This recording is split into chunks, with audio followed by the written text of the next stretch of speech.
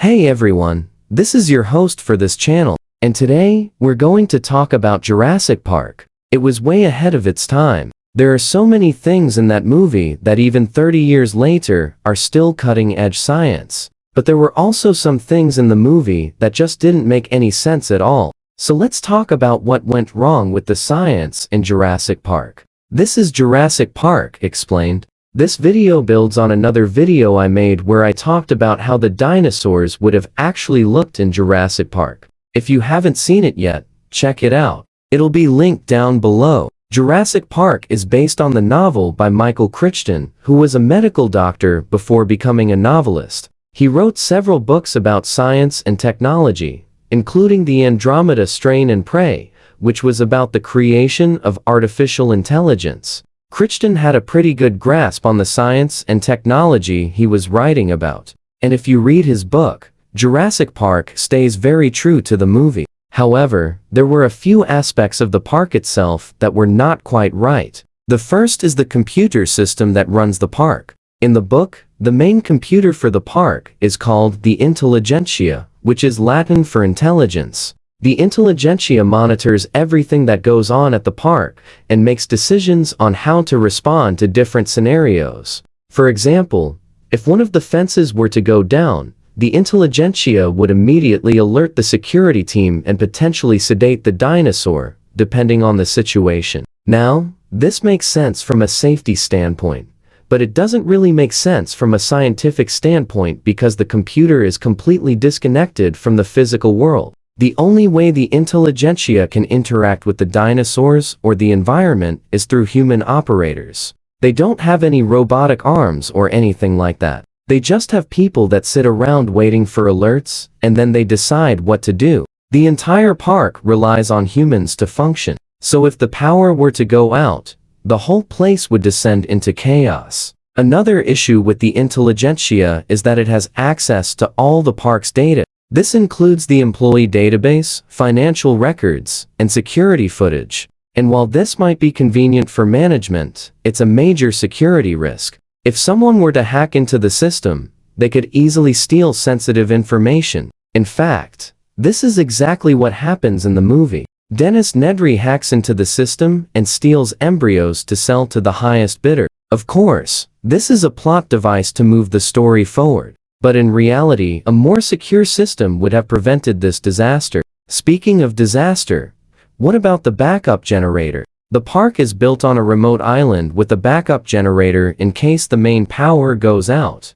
But if the generator automatically turns on when the main power goes out, why did the security cameras turn off? You'd think that something as important as security footage would be top priority for the backup generator. But no. Somehow the cameras are the first thing to go. And what about the containment field? The movie does a great job of showing how the containment field works. When the power goes out, the field collapses and the dinosaurs are free to roam. But in the book, the containment field is a lot more complicated. Instead of a single fence that surrounds the entire park, there are multiple fences that create smaller pens within pens. Each dinosaur species has its own pen.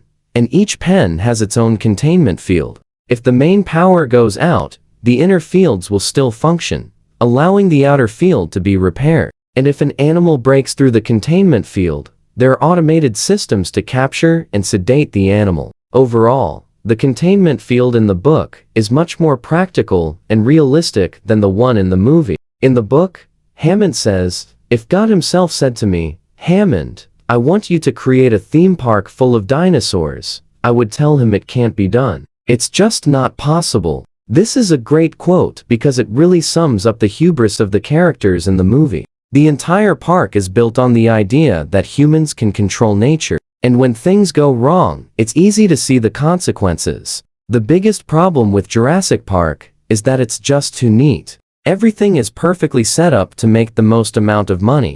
And while this might be true for real-life theme parks, it doesn't make sense for a fictional one. For example, the visitor center is built in the middle of a jungle. Why wasn't it built somewhere safer, like on higher ground or away from the river? The answer is simple. It looks cool, but in reality, it's a terrible decision. And what about the employees? Why were they living in the park? In reality, they would have been evacuated long before the visitors arrived. Even if they weren't evacuated, they would have been given proper training and equipment to deal with emergencies. But in the movie, they're just left to fend for themselves. And speaking of fending for themselves, what about the raptors? In the movie, the raptors are portrayed as vicious killers that can't be stopped. However, in the book, they're much more intelligent and social animals. They're able to open doors, use tools, and even form a pack mentality. This makes them much more dangerous than their movie counterpart,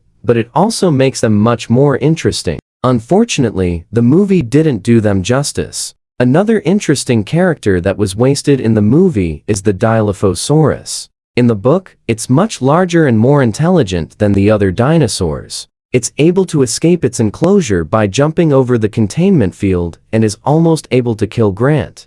However, in the movie, it's much smaller and dumber. It's also able to spit acid, which is a fun addition, but it makes no sense. Acid would do very little damage to a person, and it would be very easy to avoid. But what about the T-Rex? The T-Rex is the star of the show, and it's definitely the most impressive dinosaur in the movie. However, there's one scene that just doesn't make sense. When the T-Rex is attacking the cars, it suddenly stops and rears back. This is supposed to be a scary moment, but it just doesn't make sense. If the T-Rex was actually trying to kill the characters, it wouldn't give them a chance to escape.